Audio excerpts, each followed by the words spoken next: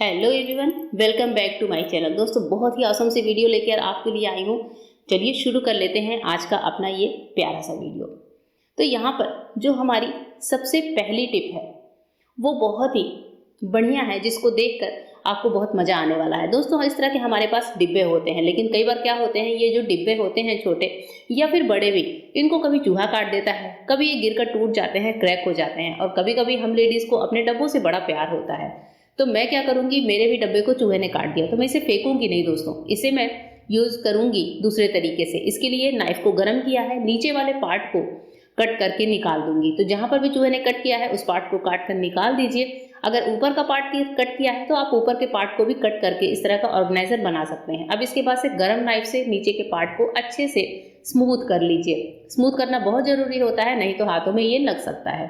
अब इसके बाद से मैंने ली है एक पुरानी बॉटल, तो कोल्ड ड्रिंक की बॉटल ले ली है, और गर्म नाइफ से ही बॉटल के नीचे वाला जो पार्ट है वो हम यहाँ पर यूज़ करने वाले हैं। इस पार्ट को कट करके निकाल लीजिए।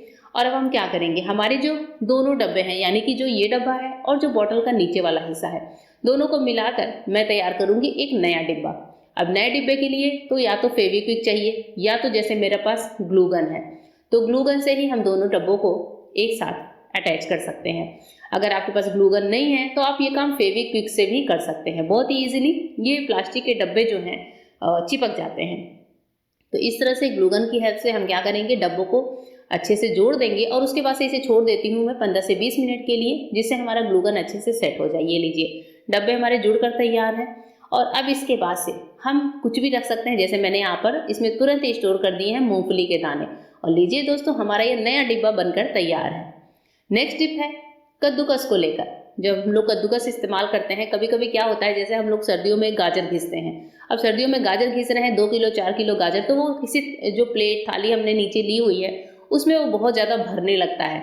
तो हम क्या करेंगे, अगर आप किसी धूप में बैठकर या फिर कहीं छत वगैरह में बैठकर गाजर को कस रहे हैं, या फिर किसी भी चीज़ को कद्दूकस कर रहे हैं, तो नीचे एक बड़ी सी पॉलीथीन ले लीजिए और आराम से घिसिए। जितना भी ज़्यादा चीज़ है, चाहे 5 किलो ही गाजर क्यों ना हो, आपको अलग से थाली की ज़रूरत नहीं पड़ेगी, पॉलीथीन में ही आ जाएगा। आराम से धूप में बैठ के गाजरों को घिसते रहिए, और उसके बाद से जो चीज़ पॉलीथीन में है उसको निकाल कर आप वॉश करके या फिर जैसे भी है इस्तेमाल कर सकते हैं।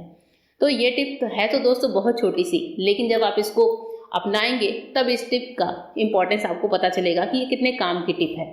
आइए बढ़ते हैं अपने आगे वाली टिप की तरफ। आगे की टिप है लहसुन को स्टोर करने को लेकर। लहसुन जब कभी बहुत महंगे होते हैं तो हम क्या सोचते हैं कि चलो इसको स्टोर करके रख लेते हैं। तो या तो हम इसको छील कर रखते हैं, और साबुत लहसुन जब स्टोर करते हैं तो वो जल्दी खराब हो जाते हैं।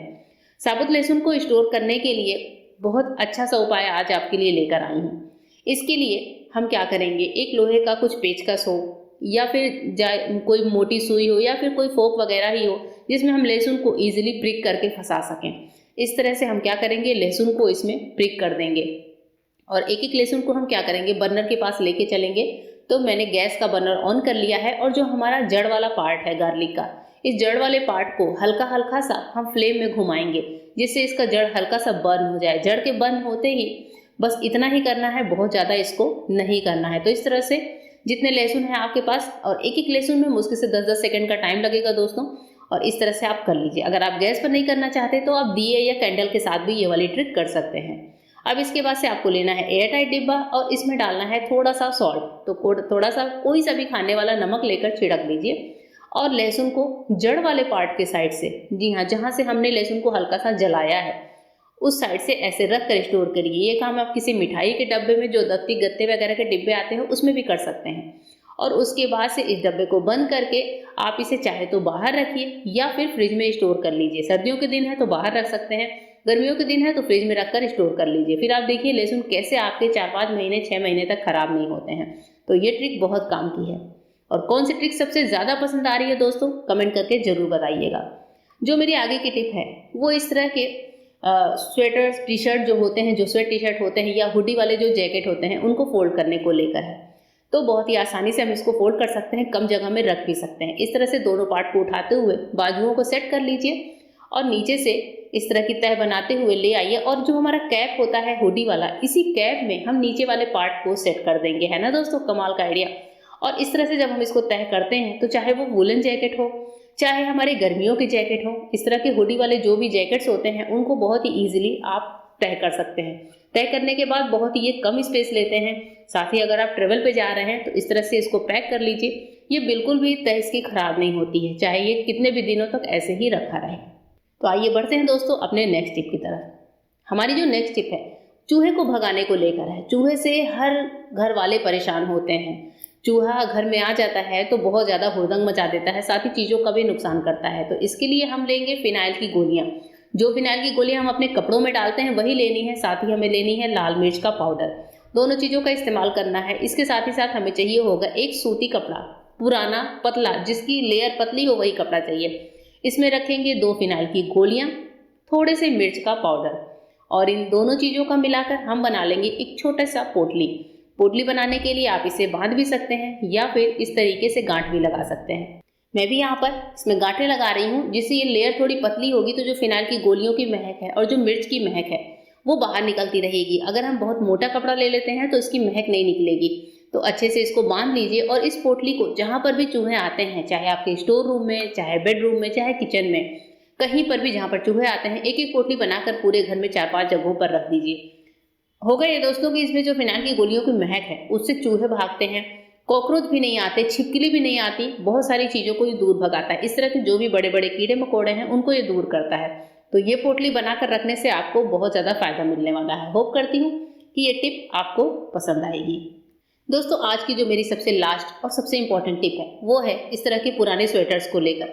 जो हमारे पुराने स्वेटर्स होते हैं उनमें आपने देखा होगा कि रोएं बहुत ज़्यादा हो जाते हैं, और कभी कभी रोएं इतने ज़्यादा होते हैं कि हम इन्हें फेंकने पर जो है तैयार हो जाते हैं या फिर किसी को देने को तैयार हो जाते हैं। लेकिन इसे हटाने का बहुत ही शानदार सा उपाय लेकर आई हूँ कि आपको लेना है एक ग्रीन स्क्रबर।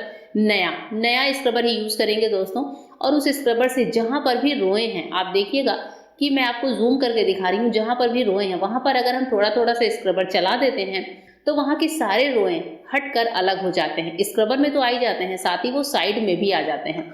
मैं आपको अभी दिखाऊंगी कि कैसे ये रोएं छूट छूट कर निकलने लगते हैं।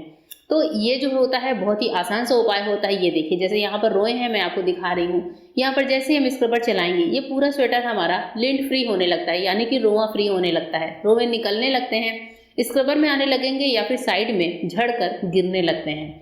तो इस तरह से दोस्तों जब भी हमारे किसी भी स्वेटर पे, किसी भी तरह के फैब्रिक पर रोएं हो जाते हैं तो हम उनको पहनना पसंद नहीं करते। लेकिन अगर आप इस तरह से स्वेटरों को क्लीन कर लेंगे किसी भी स्क्रबर की हेल्प से, तो आप देखेंगे कि कितनी इजीली वो स्वेटर बिल्कुल नया सा हो जाता है। ये देखिए हमारे स्क्रबर में पूरी तरह से रोएं बहुत आसानी से फंस चुके हैं। इस तरह से जो लिंट हैं स्वेटरों पर उनको आप निकाल सकते हैं, स्वेटरों को एकदम नया सा बना सकते हैं। ये देखिए, देखने में ही आपको लग रहा है कि ये जगह जो पूरी रोएं से भरी थी वो एकदम क्लीन हो चुकी है। तो दोस्तों रोएं हटाने की ये ट्रिक कैसी लगी, साथ ही पूरी वीडियो कैसी लगी, कमेंट करके जरूर बताइएगा। फिर मिलूंगी दोस्तों मेरे नए वीडियो में, तब तक के लिए गुड बाय, थैंक यू।